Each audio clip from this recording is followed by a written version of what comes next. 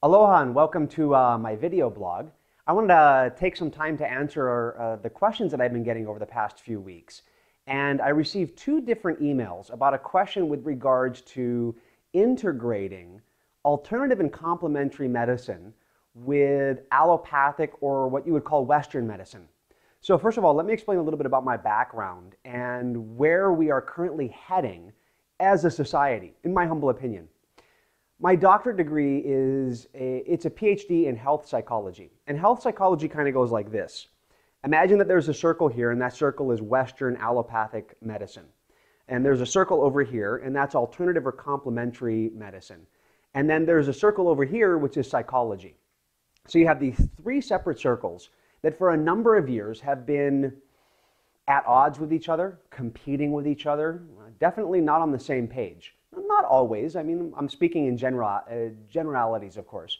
But you look at these three different circles, and health psychology, which is what my background is in, my degree, attempts to draw a fourth circle kind of in the middle, connecting these three aspects.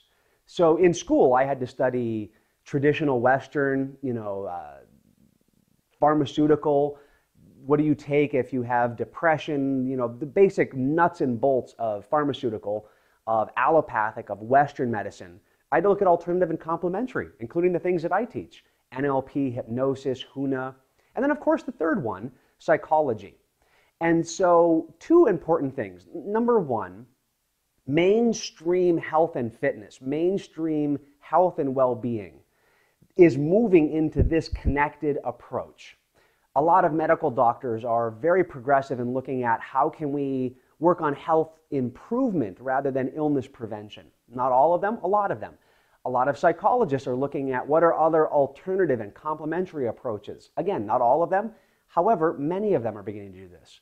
And a lot of alternative and complementary approaches and individuals that are in the field of alternative and complementary are beginning to recognize that these other areas have something to contribute.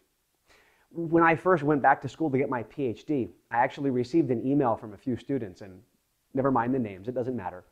And because I had been in NLP for so long, one of them actually emailed and said, what are you doing? Why are you going to the dark side?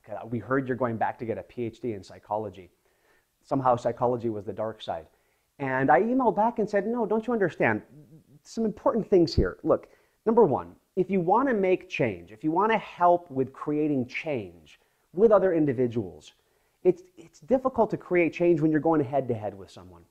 And if you're sitting there going head-to-head with someone over NLP versus psychology, you're not going to win, because at the end of the conversation, they're going to go, well, I'm a doctor, I have a psychology background, what do you know?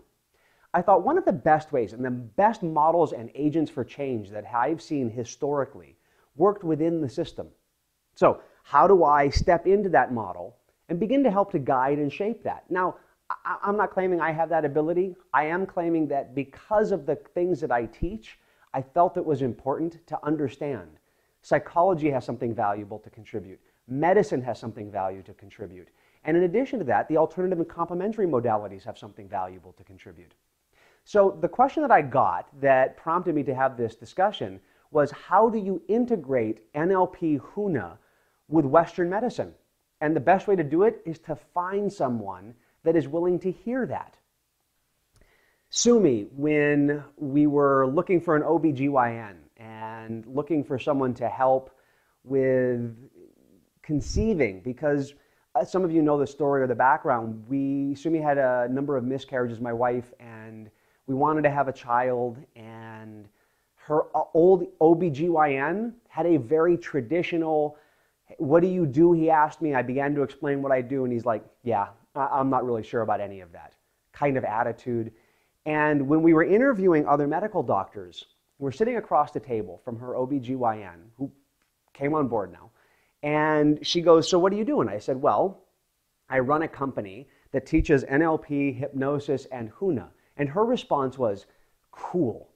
I had someone that came in and talked about hypnosis and hypnobirthing. She goes, do you know all those things? And I went, yeah. And she goes, well, I want you to tell me how I do with my languaging. She goes, because I know how I say something to a patient is so important, because it will shape their beliefs about being able to have a child, or how their childbirth experience will be. And I'm sitting there going, this person, she's got it.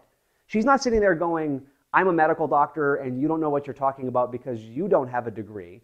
She's sitting there going, you have something valuable to add. I have something valuable to add. How can we work together? I mean, long story short, the end result is we have a 5-year-old daughter now. And a lot of it had to do with the fact that bringing people into the mix helps to really create positive change in the future, to help get you moving in that right direction. And from my heart, if you have a medical doctor that says things, if you have a psychologist that says things, if you have a trainer that says things, an alternative and complementary teacher that says, this way is right, this way is wrong, with all due respect, the Hawaiian saying is, "Aohe pau koike kohalau." Think not that all wisdom is in your school. Most medical doctors, most alternative and complementary teachers, most psychologists realize that their path, their way of knowledge is not the only way. So we are moving in the direction of these 3 different modalities coming together. We are moving in a direction where those separate paths are beginning to join into one. And so my suggestion is that you don't attempt to change someone else's point of view. You make sure that you surround yourself with people that believe what you believe, that are on board with your type of thinking, and will support you in your health and well-being. Because look, at the end of the day, whether it's a trainer, a psychologist, or a medical doctor, it's your health. You have to take responsibility for that, and you have to create that space to have that type of health that you deserve. So I hope that helps to answer the question a little bit. And again, I always love to wrap up the blogs the way that I always do. Malama pono, we all stand in righteousness. Aloha ke kahi I ke kahi. Make sure that you treat everyone with love and respect. It doesn't have to be perfect. It just needs to be your best. And aloha ahui ho. Take care. Love you all.